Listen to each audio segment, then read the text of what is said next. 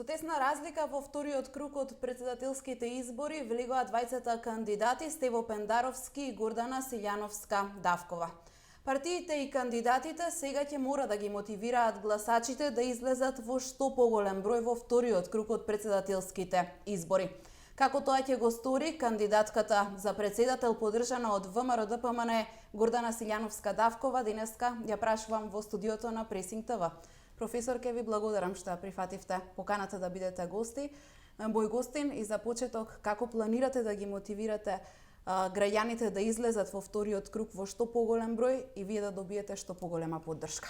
Пред да ви ги откријам тајните, да кажам дека во најмалку 3 извештаи Венецијанската комисија му препорачуваше на македонскиот законодавец да го смени изборниот законник и да го тргне изборниот праг од вториот изборен круг 40%, бидејќи тоа е непознат феномен, штом двајца одат во вториот круг, еден треба да победи, ама во Македонија се е партиски договор и партиски пазар и се разбира, никој не се откажува од изборниот праг и сега ние се доведовме до тоа да мислиме што ако го нема цензусот. Како? Се надевам дека ќе има цензус, зашто се плашам дека ако нема цензус, ќе се фрлат во уште една уставна промена, наречена избор на председател од Собранието на Република Македонија. Тоа веќе го чувме од министри на Социјалдемократскиот сојуз. За мене е тоа погубно решение по демократијата. Ова го темелам на искуството, на примерот на изборот на председателот Глигоров, на притисоците и пазарите, и тогаш постои опасност целата власт да се најде на едно место, а тоа е опасно по македонската демократија. Значи, се надевам дека фамозната бројка од 40% ќе биде постигната. Како? Па ако се знаат причините што ние ги анализираме за најниската излезност до сега, очигледно е дека излезноста е најмала во албанските средини. Што значи тоа? Од една страна, предпоставувам меѓусебниот страв заради притисоците, зашто феноменот наречен Блерим река се појави ненадејно или пак за мене очекувано, зашто како што се појавив јас, се појави и тој. Крајно време е ние да ставиме крај на купопродажбата партиска на гласовите, да ги оставиме гласачите да гласаат сами, по сопствено уверување, определувајќи се не само за партија, туку за личност. Тоа очигледно беше една од причините. Другата причина, предпоставувам дека беше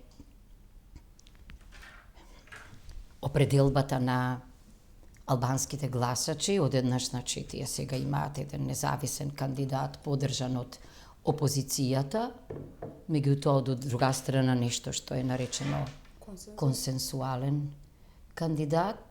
Предпоставувам и тука во конфузијата дали да се определат за некој кој што не е само албанец по етничка припадност, туку е и ерудит, морам да кажам, или некој на кој што инсистираат партиите во досегашните преговори и договори. До вчерашниот сијамски близнак на ВМРО-ДПМНЕ сега е сијамски близнак на СДСМ, иако не ги гледаме ние на представниците на албанскиот коалиционен партнер на митинзите или на собирите од американски тип на Пендаровски во нивните настапи на СДСМ, да. Сега чувме една порака од, како се вика, од Косово, значи упатена до албанските гласачи. Чувме и од господинот Ахмети дека ќе одат од врата до врата, меѓутоа кога ги анализирате резултатите во албанските средини, гледате дека независниот кандидат и партиите од опозицијата дека многу добро стојат, така што тешко може еден сериозен аналитичар да пресмета колку гласови дошле од албанските средини, бидејќи во нив како да не победиле. Значи ДУИ и СДСМ, а колку дошле од на вистина од македонските гласачи, дури и во бастионот, да речеме, со кои се фалеа и легитимираа СДСМ, мислам на Арачинова. Бидејќи таму изгуби ДУИ, претпоставувам дека тоа е врзано и со оној страшен инцидент на телевизијата 21, што не беше цивилизацијски однос, бидејќи без медиуми нема демократија и тие само сакаа да расветлат еден интересен случај. Претпоставувам дека абстиненцијата е и на страната на оние кои се залагаат за бојкот. Причините за бојкот се различни. Веројатно е тоа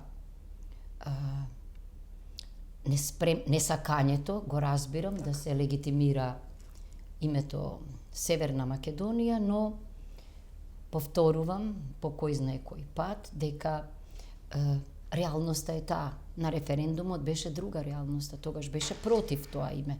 Но сега е тоа реалност, уставот го смени, а устав се менува во институции, институциите сите го носат овој назив и само внатре во институциите човек може да укаже на неодржливоста на решението или на неодржливоста на низа решенија од Преспанскиот договор, на потребата од држење на прашањето отворено, на можностите да се интервенира во името и така натаму. И јас мислам дека во случајов мора да бидеме реални.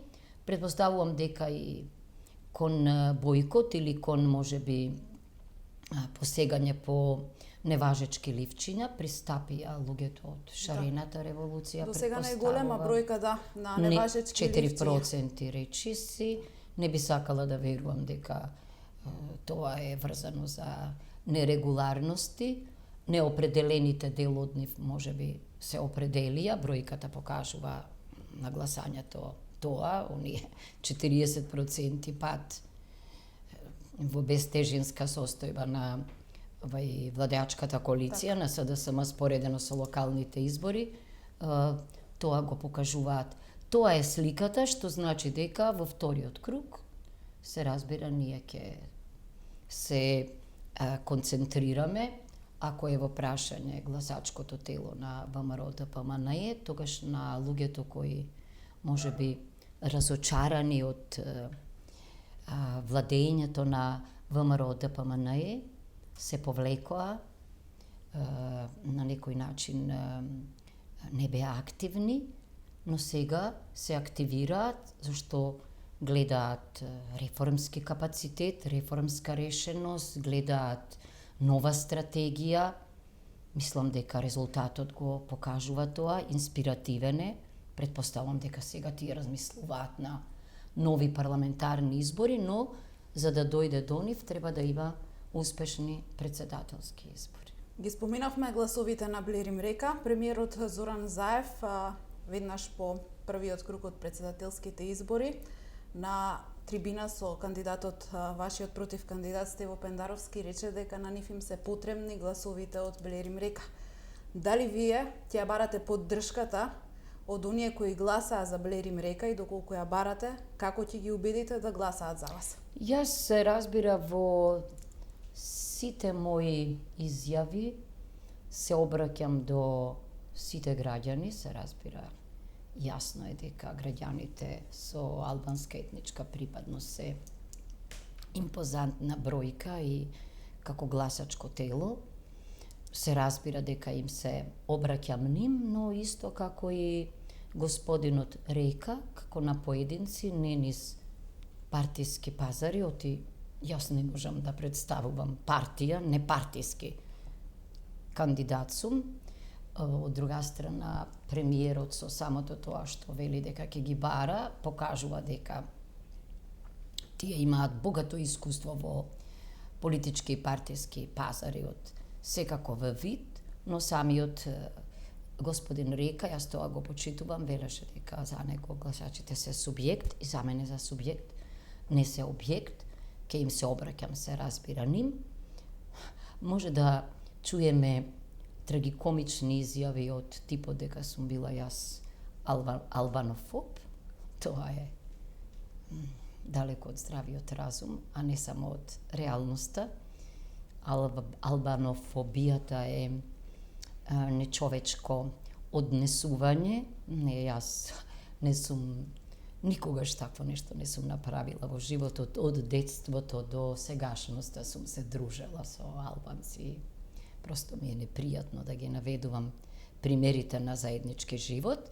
Значи, тоа не било од клиентелизам, тоа не било од интерес, тоа не било заради додворување, туку било дел од мојот човечки хабитус и мислам дека луѓето тоа го чувствуваат. Јас и во Кичево, кога се обратив до потомците на моите дедовци и баби, ама и до потомците на моите кичевски побратими.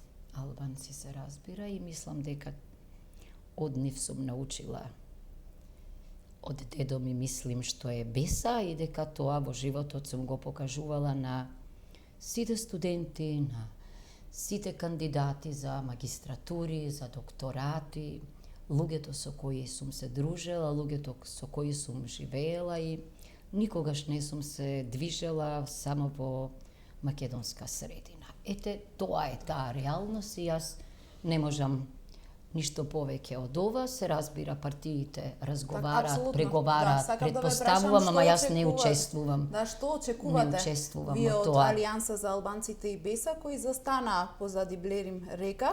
Дали очекувате дека тие ќе излезат и отворено ќе ги повикаат нивните поддржувачи, гласачи и симпатизери да застанат позади вас или позади господин Стево Пендаровски? Тоа е нивна одлука, јас не можам да се мешам, јас не знам дали овие две партии ќе разговараат и преговараат со ВМРО ДПМН, не навлегувам во тоа. А има ли логика во тоа една опозиција, албанска опозиција, во конкретно, во моментов зборуваме за Алијанса за албанците и БЕСА, да дадат поддршка на Стево Пендаровски со тоа да останат во опозиција? Има ли логика во тоа? Не знам, нема многу логика. Опозицијата треба да ја порази власта и кога ќе ги соберете гласовите на опозицијата, значи оние гласови што беа за мене и оние што беа за господинот Река, тоа е повеќе од гласовите на власта. Логично е опозицијата да сака да направи ново парламентарно мнозинство на некои предвремени парламентарни избори, но јас велам дека не би можела како премиер, бидејќи ниту сум била во такви преговори, ниту ќе влезам да тврдам дека е тоа можно. Оставам на сопственото уверување на граѓаните, а нивните релации со партиите мене не ми се познати. Рековте дека ќе ја барате поддршката и од оние кои се залагаат за бойкот и кои бойкотираа во првиот круг од претседателските избори. Нивниот став е дека ако не успеат претседателските избори, ако не се исполни оној цензус од 40%, дека во рок од 40 дена ќе се распишат нови претседателски избори, но и предвремени парламентарни избори. Кои се вашите контрааргументи со кои ќе ги убедите? Прво, во рок од 40 дена, да, по уставот ќе се организираат нови претседателски избори, ама во Република Северна Македонија. Тоа е реалноста и тие мора да ја знаат таа реалност.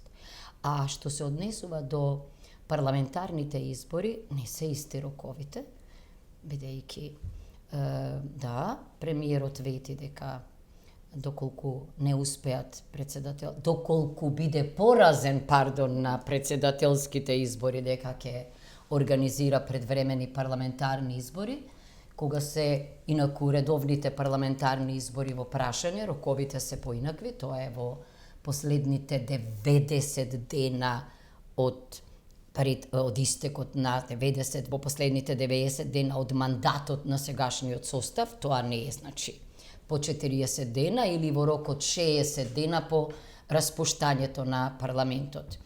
Јас да бев премиер после ова што се случува сега, овој дебакл, значи одма ќе размислував за распуштање на парламентот, бидејќи овие пратеници се делегитимирани сите, и со чинење и со нечинење по многу основи, но не верувам дека ќе дојде до тоа. Значи, итно е да тврдите дека начинот на кој што сосема се согласувам, начинот на кој што беше сменето името беше надвор од уставот и од меѓународното право и дека тоа не ви го прифаќа не само срцето, туку и умот, но друго е да не сваќате дека токму победата на овие председателски избори значи делегитимирање, бидејќи она што го мислат во поглед на името луѓето што стојат зад бојкотирам е и мој став во поглед на целата постапка и во поглед на нелегитимноста на процедурата, а со тоа и на името. Тука сме многу слични. Значи, различни сме само во чекорите. Јас не мислам дека тоа што јас сум кандидат е причината што јас велам дека треба да се гласа на овие избори, туку напротив. Дека треба на овие избори изборно да се делегитимира оваа власт, тоа е веќе направено во првиот круг, сега треба да се заврши тој процес, за потоа да се инсистира на предвремени парламентарни избори, на кои ќе дојде до формирање на ново парламентарно мнозинство, во кое би влегле сите други, можеби новосоздадените субјекти. Јас сум човек кој, за разлика од премиерот, кој велеше, да подсетам, за време на шарената револуција нема веќе да има две партии кои ќе управуваат оваа држава, ама за да нема веќе две партии, требаше да се посегне кон промена на изборниот систем. Јас се залагам за преиспитување на овој изборен систем, за да може и други субјекти да влезат во парламентарното мнозинство. Зошто тоа е важно? Не можете да очекувате промени, а ние сме осудени на промени, ако сакаме да бидеме европска држава, и тогаш треба да го преиспитате, ако сакате, и бројот на подписите потребен за кандидатури и така натаму. Јас бев вчудоневидена како шарените револуционери, невладините организации не инсистираа на барања кои што беа легитимни и кои што значат навистина реформи, бидејќи ако ви е основното мото нема правда, нема мир, или знаењето е сила, знаењето моќ, тогаш, извинете, во случајов незнаењето е сила и незнаењето е моќ, а тоа незнаењето мора да биде слабост. Незнаењето мора да биде поразено, бидејќи ние од медиокритетство и од лукративност во политиката не можеме да дојдеме до јавното добро. И затоа јас се чудам понекогаш од начинот на одвивање на дебатата и слично. Имам впечаток како да сум се кандидирала за генерален секретар на НАТО или за европски комесар, а не за председател на Македонија. Оти основното прашање за председателот на Република Македонија, што ќе направи за демократизација на политичкиот систем? Не ме прашувале и не сум добивала многу прашања од оваа област. Прашањата се само ЕУ, НАТО, ЕУ. Не дека тие не се важни, но националниот интерес е најважен. Значи, Македонија, ако не е демократска држава, не може да зачекори во ЕУ. Па не знам, уште 5 да подпише договори со сите соседи. Тоа не е доволно. За ЕУ е потребна потребна легитимација, наречена реализација на копенхагенски критериуми. За било која власт утре да дојде на власт, било која партија, да може системот да функционира според логиката на правната држава. Рековте дека сте оптимист, дека ќе се оствари оној потребен цензус од вториот круг. На што се должи апатијата според вас кај гласачите? На многу нешта. на многу нешта. Апатијата на, може би, на она што се случуваше за време на референдумот. Ние во се уреваме рекорди, не само во загаденост на воздухот, туку и во загаденоста на политичкиот воздух. Во парламентарната криза, за мене парламентот е што велеа французите за време на Третата и Четвртата Француска република, куќа без прозорци, во која нема политички, демократски воздух, фантастичното броење, интересна работа и сега последните резултати секогаш како да стигнуваат од исти општини. И тоа е феномен на малите општини, бидејќи кога е општината мала, има најмал број на гласачи, би требало најбрзо да се пресметаат резултатите, ама некако не е тоа. Да се потсетам, гласачите веројатно се плашат од изборните нерегуларности, од злоупотребата на нивното право, дека ќе бидат статисти, а не актери, гласачи, заради тоа што она што се случуваше на референдумот, а нема никаква реперкусија, не сме виделе ние епилог правен, сигурно мислат дека може да се повтори. Од злоупотребата на медиумите, тако гледате дека на медиумите, речи се на сите, со ретки исклучоци, веќе не знам колку години, најмалку 2,5 години и повеќе, парадираат истите луѓе, истите аналитичари, истите, критичари, сите ги препознаваме. Во една прилика дури реков дека како да се вработени на телевизиите. Тоа се луѓе кои деновиве слушаме дека и тендери добиваат дури за организација на доаѓањето на папата, просто е невозможно. Невозможни се нивните комуниколошки вештини во сите области, од плејбој па до организација на така важен настан, свет настан, како што е доаѓање на папата. Што да заклучам? Па дека е тоа истото што се случуваше по логиката на фондот за иновации, каде што најмалку иновациите победуваат, туку партиските играчи, политизираните, субјекти, блиските, послушните, оние кои им помагаат, олигарсите, добиваат. Тоа е, едната причина за абстиненцијата, како што велите. Другата е, реков, стравот. Стравот. Може ние да измислуваме дека нема притисок врз државната и јавна администрација, но има.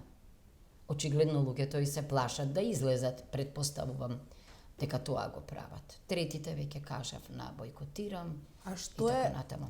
Но пак сега ќе се роди нова, од првиот изборен круг, резултатот пак ќе потикне, но и други прилично луѓе. драстично е падната поддршката во за владеачката коалиција. На што се должи тоа? На непотизам, на договорот од Преспа? На све. Познат ви е феноменот кај нас, најчесто не се гласа за програма, за политика, за идеологија. Нашите партии се дезидеологизирани. Приватизацијата ја извршија социјалдемократите, што е сигурно мерка на либералната партија и така натаму. Прво, гласањето е негативно. Граѓаните во моментот на гласањето, сметаат дека суверенитетот извира од нив и дека тогаш ќе го кажат својот збор. Затоа и, или гласаа негативно, тој пат го покажува тоа, или пак не сакаат воопшто да ја легитимираат оваа партија. Во првиот круг резултатот е јасен. Јас се надевам дека, како односот во поглед на Преспанскиот договор и името, бидејќи единствената реформа, се нарекуваа реформска коалиција, беше промената на името. Друга реформа ја не сум видела, ајде да речеме дека јас сум субјективна, меѓутоа еве, држете ме за збор, ќе го видите веројатно под наводници, уште еднаш почетокот на преговори кој требаше автоматски. Така не уверуваа лани, дури прослава имаше. Автоматски ќе дојде следниот јуни, бидејќи штом го подпишете, постигнете договор за името, тргнува патот кон Европската Унија. Тоа е првото, но второто е, мислам дека катастрофалната економија, социјална политика, еколошка политика, образовна политика, гледате, значи Македонија наликува на бардариште. Токму така. На една политичка депонија на луѓе кои се таму само заради личните интереси или за да си ја дополнат кариерата во разните номенклатури, најчесто разузнавачки или безбедноси, сега со највисоката председателска функција. Тоа мене ме потсетува како да верувате дека во процесот Кафка, во кафкијански свет, дека може да има европска демократија. Не верувам во тоа. Мала излезноста беше и на албанци гласачи. Да. На што се должи тоа, кон кого го изразија револтот, кон СДСМ или кон ДУИ, кога сме веќе кај владеачката коалиција? Икон СДСМ, икон ДУИ. Тоа е јасно. Бидејќи, мислам дека токму она што го диагностицира политиколошки господинот река, дека доаѓа времето, и само тоа време може да биде европско време, кога луѓето сакаат да гласаат како што сакаат, не како што некој им наредува. Тие токму тамо, каде што требаше да бидат најлојални, затоа го зедов Арачиново, не го направија тоа, или пак гласа за господинот Река. Во апсолутна бројка можеби тоа не е, не знам каков резултат. Меѓутоа, пораката е јасна. Дека и кога сте поединец зад кој што застанале две помали партии, може да добиете, речиси 70.000 гласови.